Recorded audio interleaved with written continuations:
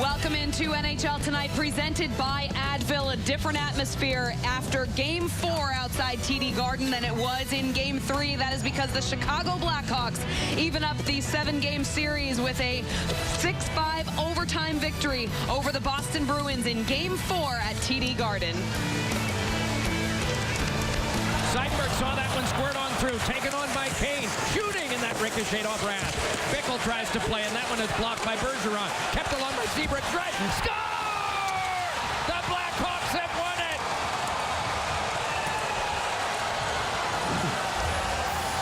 Brent Seabrook with his third of the postseason and second OT winner. We welcome you into the broadcast, everybody, alongside Darren Pang, Doug Waite, Kevin Weeks, and Mike Johnson. I'm Catherine Tappan. A thrilling game in this Game 4 and a huge win for the Chicago Blackhawks to really keep their hopes alive of winning that Stanley Cup. I don't think anyone saw this one coming. Not this way. Not 6-5. Giving up, you said, 5 on the road and winning. And you win. Unbelievable stuff. Yeah, they changed their lines up. It all worked. They needed some offense. It worked. It was exactly the way Chicago wanted to play. There was a league a long time ago. It was the 21-team league. you give up 5. You hope you can score 6 or 7, but I didn't see this. This was a phenomenal hockey game from start to finish. If you don't or didn't enjoy the game of hockey before this one as a casual viewer, you're going to love it after this one. This is a beauty. I don't like getting to bed late, but that was a great hockey game. I want to keep going. I tell you what, and that is hockey. That is a great hockey game by both teams. I know it's high scoring, but coaches don't like it. Entertaining. No, players love it. Fans love it. Fast moving. We saw it. We looked at the ice before, and Panger and I were looking at the ice. We said, this looks like it's going to be a fast game. The ice was good, and both teams were flying. We got ourselves a great series ahead of us here. I'm excited. We certainly do. Chicago played to their strength. Offensively, they're able to make plays, use some speed. And then for the Boston Bruins, everybody talks about them being so physical, so committed to defense. They were actually able to put up 5 of their own tonight. So really entertaining game all the way around. All right, let's show you exactly what happened in Game 4 of the Stanley Cup Final at TD Garden in Boston. Is Marian Hossa returning to the lineup for the Blackhawks after missing Game 3, and the Bruins coming to the ice looking to take a 3-1 series lead in their best of 7 against Chicago. First period action early on.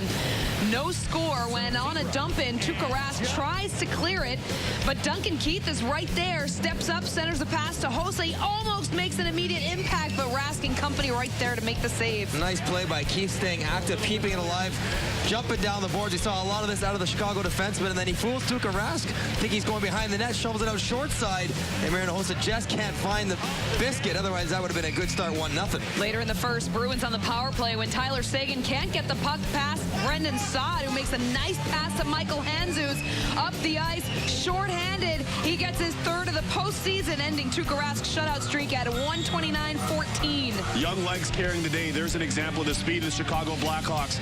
Great pursuit by Saad. He doesn't quit on that puck, and now he's off to the races. The puck was wobbling. He settles it down. Shoulder check. Pass to space. Beautiful finish by Handzus. Under 8 minutes to go now in the first. Another replay of a great goal. Young legs. Handzus not that young, though. That's right. In the triangle of Chara, too, the biggest triangle in the league. He finds that little space between the end of his stick and his foot. Bergeron Handzus from the other end, straight race, full speed. Yep. Under 8 to go in the first. Rich Peverly, Daniel Paille get a 2-on-1. Can't convert, but tempers start flaring after the whistle. Bruins giving the power play on Duncan Keith's hooking call. Big hit, and now as we see those D being active, that's what can be costly against you. You get caught, you give up a couple 2-on-1s. Duncan was forced to take a hooking penalty, and we get a little melee after that. I like it. That's hockey. While on the power play, Boston with a great scoring chance. Torrey Krug, who had a great game with a shot from the point, and it hits the post. Krug's got a deceptively hard shot, but it finds the areas. Never seems to get blocked from the point. Great hockey sense from that young man. Later on, the same power play off the faceoff. Hawks try to clear it, but Andrew Ference with a great play keeps it in, finds Rich Peverly, who gets the tying goal, second of the playoffs, and we've got ourselves a game. That play off the face-off. Saad has the bump back, ready to clear the puck, but it's rolling. He doesn't want to get it too high in the glass, so he tries to go up the boards. Ference down to keep it in.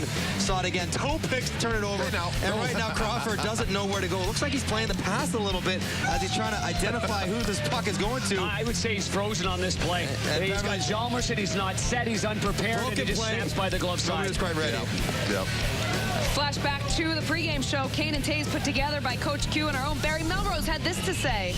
Toews, Kane, you are two of the best players in the world, not just in the NHL, in the world. Show it. Battle. Show these guys how good you are. Make plays. Play hard every shift. Go whistle to whistle. And let's see if it would work. Second period seemed to work. Michael Roosevelt with a shot from the point, tipped by Jonathan Toews for his second goal of the postseason, and the Blackhawks go up 2-1 on the play.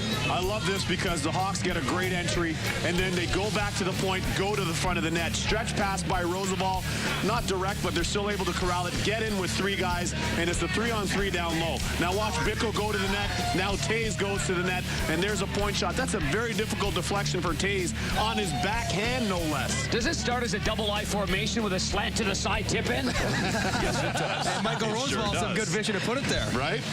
Very good, just like he did in game 1 in overtime on the double deflection in front. Late in the second, another Roosevelt shot from the point. This time saved by Rask. Brian Bickle's rebound also stopped, but it's Patrick Kane burying it for his 7th of the postseason. Same line, same result. Perseverance in front. Bickle doesn't wait in the corner. He gets to the front of the net and corrals this rebound. Nice low shot, and Kane, he's not going to miss too many of these. Perfect spot to put the first one, too, where that rebound ends up. I mean, Kane, by this time, his eyes are as big as saucers. Great backhander to finish it off. 3-1 Chicago, and they thought they had a nice cushion, but Boston answers. 5 minutes left in the second. Sharp with a clear is kept in by Zdeno Chara. His shot put home by Milan Lucic for his 6th of the playoffs. Another one that goes off the pad, and off the pad it goes, and the juicy rebounds right in front by Lucic. What do you usually call those? I usually pass off pad. Yeah, soft play, though, by Sharp behind the net, the ring to nobody, and then little handoff with Oduya. Nobody's covering Lucic in front. There's the play. Who's that to? Nobody in particular, and then Lucic goes to the front of the net.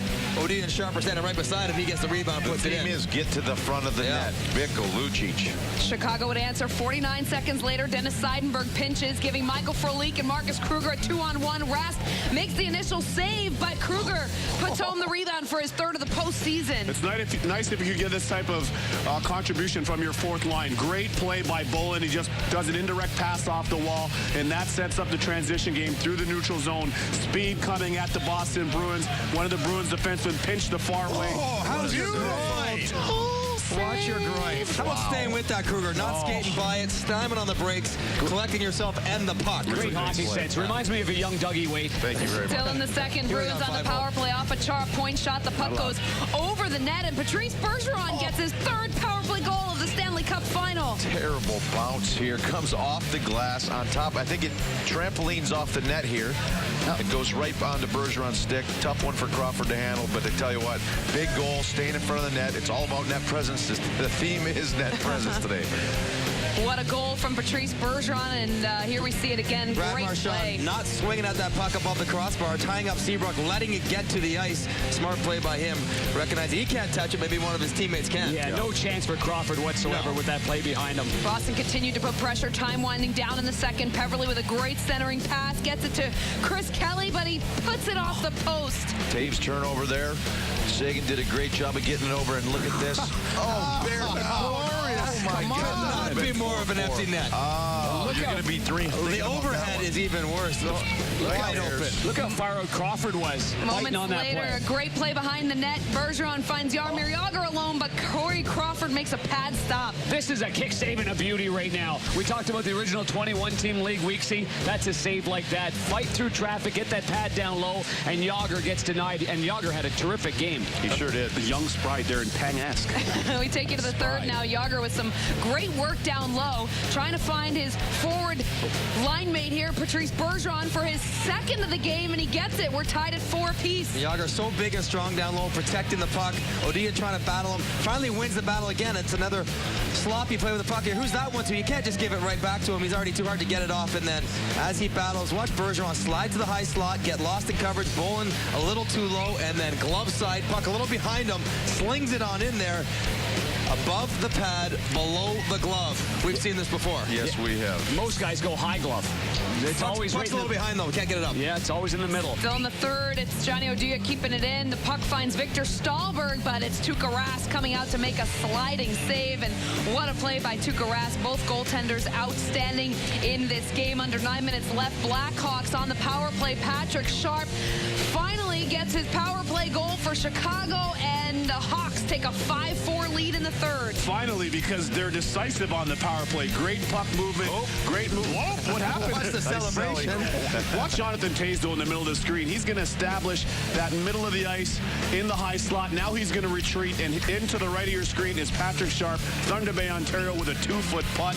Gotta love that. And what happens in the celly, though? But you got a right-hand shot on the left side, you got a left-hand shot on the right side, and then you got a celebration here that's one for the ages. Here goes. We didn't see it. Had leather soles on that one. He got excited. 55 seconds later, Boston answers. It's Johnny Boychuk with a slapper tying the game. Crawford glove side, his 6th of the postseason. And oh my goodness, fans erupting at TD Garden. A Boychuk bomb begins to be a theme as well. 6th of the playoffs. I think he hasn't had more than 5 in a regular season. Great play from Horton.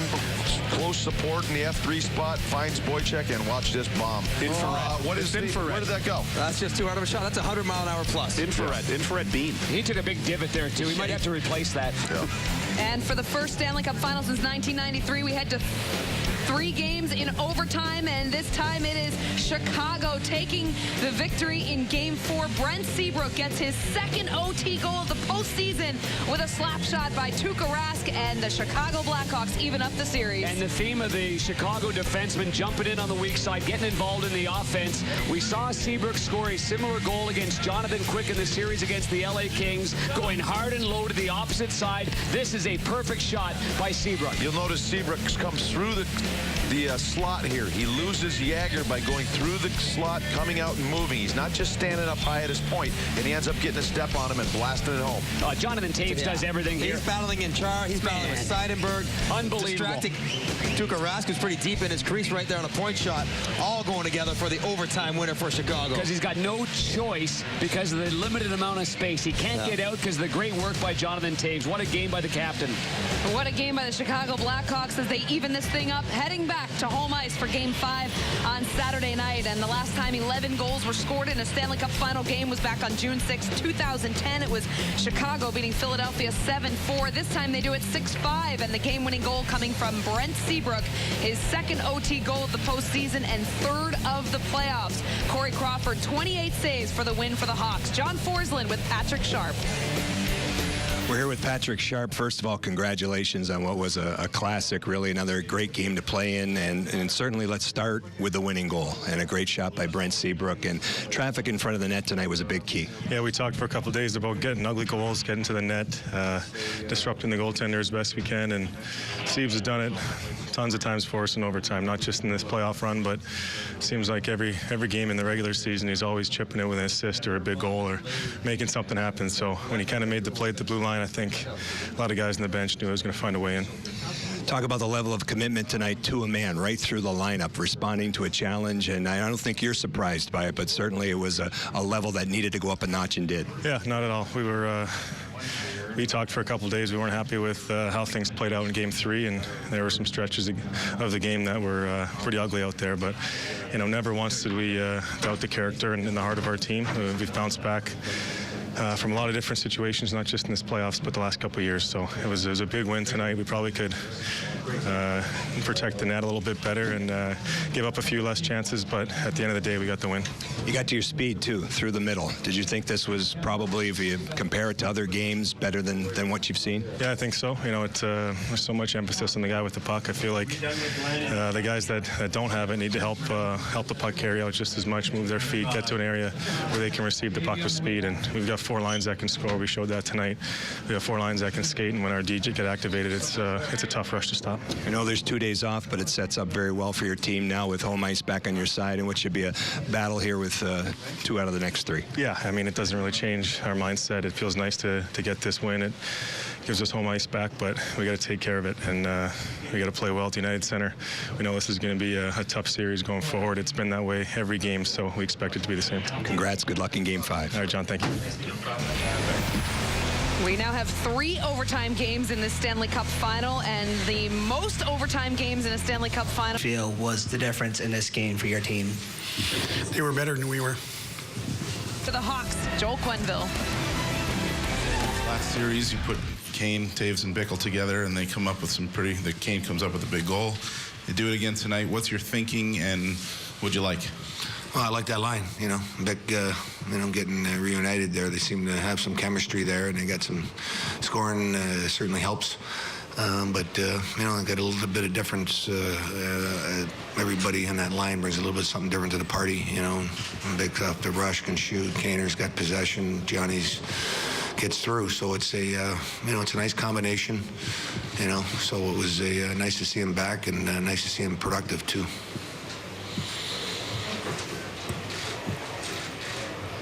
Coach, down to your left here. Congratulations on the win. With the way the Bruins came back and the chances you had, did you have any concerns in the back of your mind that this could be one that was slipping away? Well, they got some momentum scoring that power play goal there and obviously tying it up twice and looked like we're in a good spot. I still thought in the third period we didn't give up a ton even though it was a 5-5 game. We still had some composure going into the overtime. I thought the bench was where it needed to be. And, continued to move forward. But certainly got the crowd, and we lost the momentum a couple times. They had a nice lead. But, they pressed, and their power play helped them tonight as well. But we did a lot of good things tonight, and we'll look at the positives and move forward. Joel, are you kicking yourself a little bit that you didn't put Taves and Kane together earlier in the series? Yeah, you always get second-guessed, and, there's reasons why. And at the same time, I think we didn't mind the way we played the first game and first part of the second game. Game 3 we were disappointed with our offense, and so we went to the well, and I'm sure they're excited about returning together, and made me look like I didn't know what I was doing. Coach, these two teams are so evenly matched. I know you and Coach Julian have a mutual respect for each other. What makes a Claude Julien team so tough to play against? They keep coming. They're a hard-working team, and they've got skill on all their lines, and they've got speed on their attack, and they've got. It was a pretty crazy hockey game, back and forth. But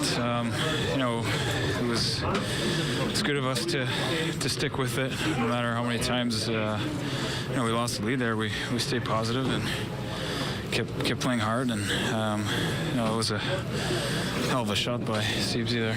It's great. He's scored some big overtime goals in regular season over the years, and he's got a great shot. So I was so happy to see that one go in. Corey, you feel like they're picking on your glove side a little bit now at this juncture? Well, about 99% of the shots are going glove side. I don't know what you would say, but I can't start thinking about that. That's when you get in trouble. I think is when you start thinking everything's going to go glove. So I'm just going to play the way I've been playing and just stick with that. I mean, at the end of the day, you don't want to say must win when you're not facing elimination, but we didn't want to go down 3-1. Now we feel excited about going back to Chicago tied up.